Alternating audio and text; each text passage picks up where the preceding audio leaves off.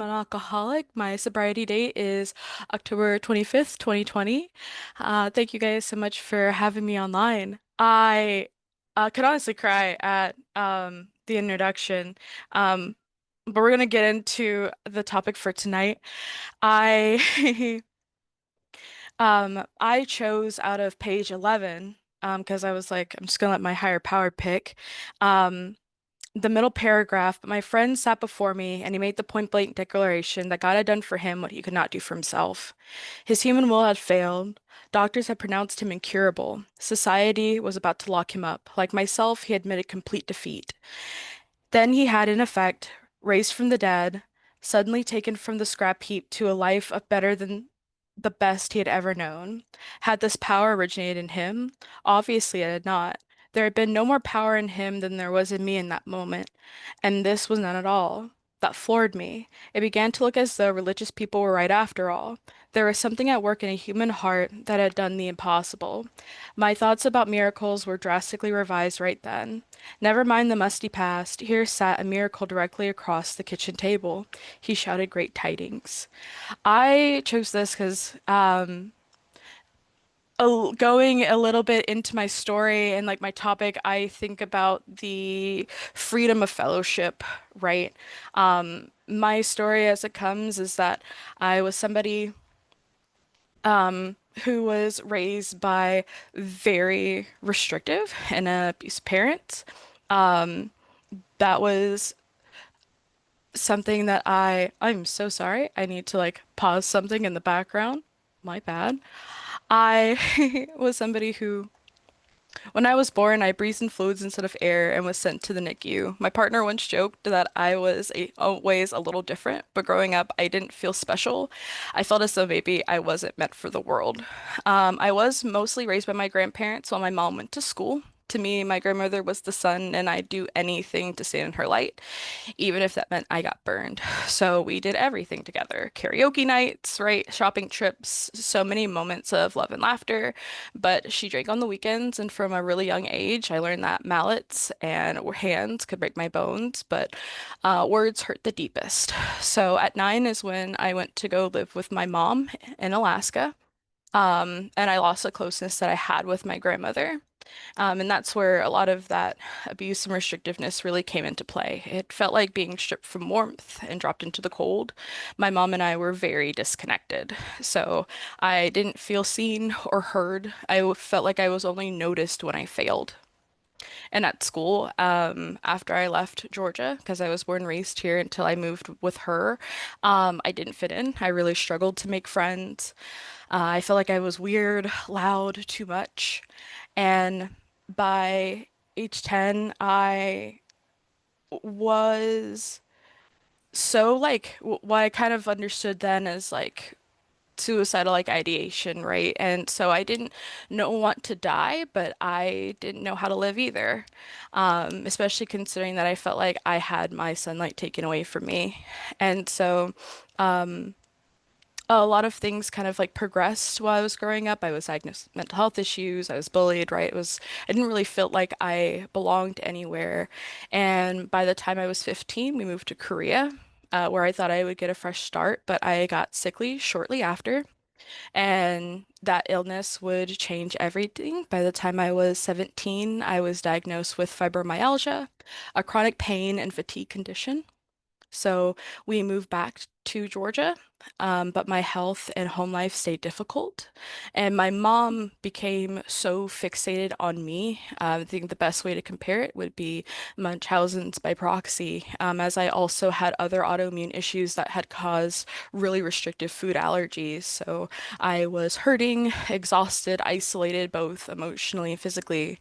And I spent my junior year stuck in an attic bedroom subsisting off of corn chips and almond joys because I wasn't allowed to cook for myself and my mom wasn't feeding me. And so right before I turned 18, I was kicked out after a fight with my mom, and that's when I entered adulthood, homeless, traumatized, but determined. I lived with different people. I got my GED and I pursued a career in healthcare. On the outside, I looked like I had it together, but I was angry and I was lost and I was just grieving everything that I had survived at that point, right? By the time I hit 18, I had like this really huge chip on my shoulder, especially because, growing up, I had this idea that like maybe like one day like somebody would like come and like save the day, and nobody really did, right? And so, that's when I finally experienced drinking because I was just also like really sheltered. I went out with my cousin one Christmas and I was like, yeah, no, this is like the feeling, right? Like this was the thing I was looking for so long, I thought. For me, alcohol felt like a solution. And so I was chasing numbness, trying to fill the void. I remember declining nursing school because I didn't want to stop drinking. I didn't want to start doing other substances. And I had also experienced sexual trauma. And so instead of speaking up, I just blamed myself and kept quiet to avoid losing my friend group, right? Like I was trying to, I think, numb myself like to the point where it's like, okay, like this is okay, right? Like this is how we're going to be able to like make it through. And so by the time the pandemic hit, I felt lower than ever. I spiraled, I drank constantly, and I couldn't stand being sober, but something inside me still wanted more. So I began Googling how to start over. Um, and with the assistance of like a really awesome therapist is how I discovered a mental health facility. Apparently, you don't use cocaine casually. And so while I was there, they let me know that I would probably be part of like the dual diagnosis track. Because I could subscribe to the idea that I had mental health issues, right? Like I had that for a really long time, but the idea that like, okay, like I'm also an alcoholic, like I couldn't make that make sense to me. But I was also at a point where, right, like I was willing to do anything to stop feeling the way that I was because I knew if I kept drinking, I was just going to get into a darker hole.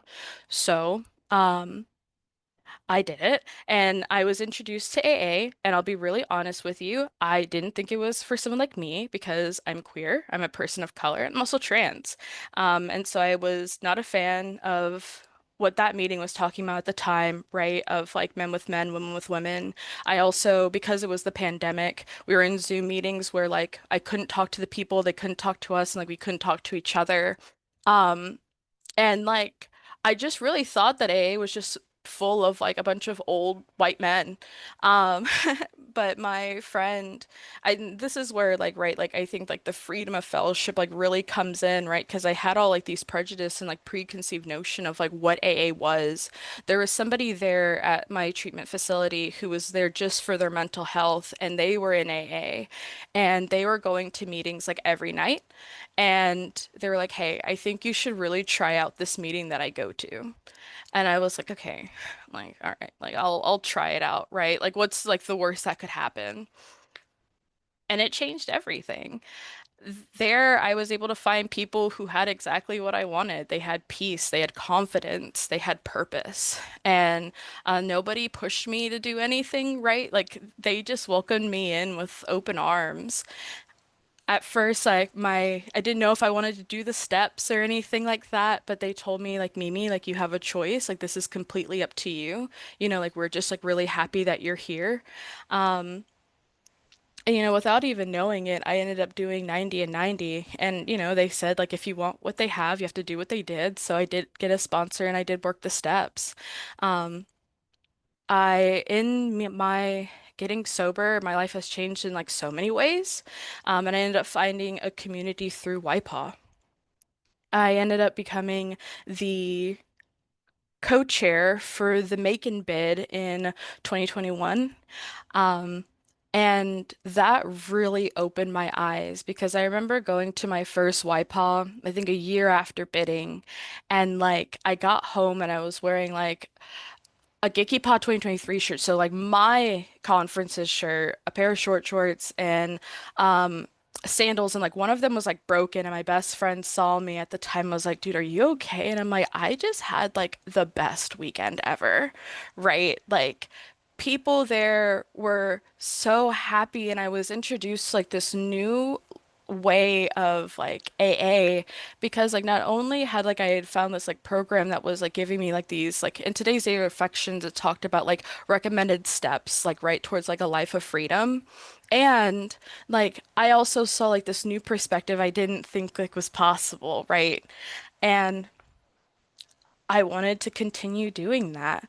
Especially where I'm from, there's not a lot of young people. I got sober, what, 2 weeks after my 21st birthday, and I was the youngest person there. So I also got to meet a lot of people who were around my age that were just like me. And I also think that, like, my higher power did something in a way because like also in my area there was somebody who was 3 months who was 6 months older than me but had 6 months less in time than me and like we looked exactly alike and it was like okay like there's nobody else that's like us, right? Everybody is like 5 or so years older than us. I feel like my higher power had done that to say like okay like I don't really have like any excuses, right? And just really open that door. And so what that looks like for Mimi today, right? And kind of like honing in that part where it says there was something at work in a human heart that had done the impossible. I think part of the reason why I had like such a chip on my shoulder was because it felt like, God, like I was trying, right? Like I was just trying on my own. But here's the thing, right? Like you can't control people, places, and things. And I was always looking for my places and spaces. I remember like wishing like why did I have like the life that I did for so long, right? Like why did I have to be an alcoholic? And I think one part of it is that like it just so turns out that way. But two, um, I think also because like this was like we don't regret the past nor shut the door on it. And I think that this was my way of finding like the place where like I truly fit in and I get to be a part of. I have found some of my bestest friends through AA. I have a sponsor today who one has a very similar condition to that I do. And on days where it just feels like gosh like what's wrong with me, right? Like there's like this like God shot moment where like I can't get myself out of this pit but here's somebody else who can share with me like their lived experience and be like hey like Mimi like it's gonna be okay, right? I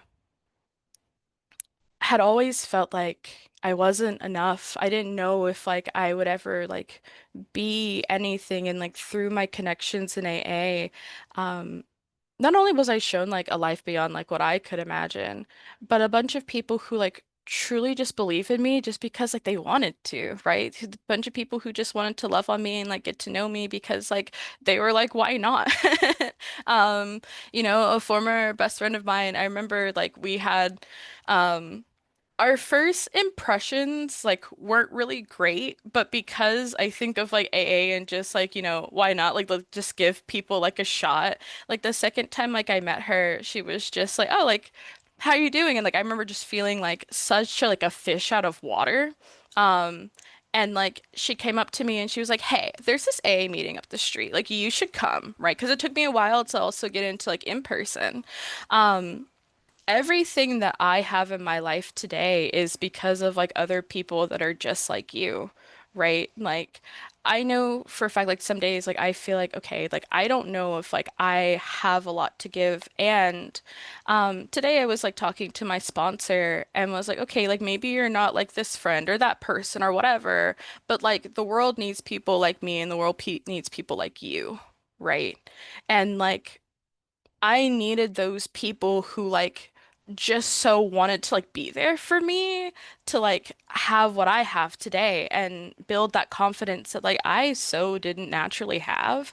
Um and like also being like a younger person like coming into the rooms like I didn't know like what life was going to look like or future like whatever. And so what that looks like today is I've graduated with my associate's degree with honors. I'm going to college, which is also why I'm get my bachelor's degree in sociology, which is why I'm moving to Savannah.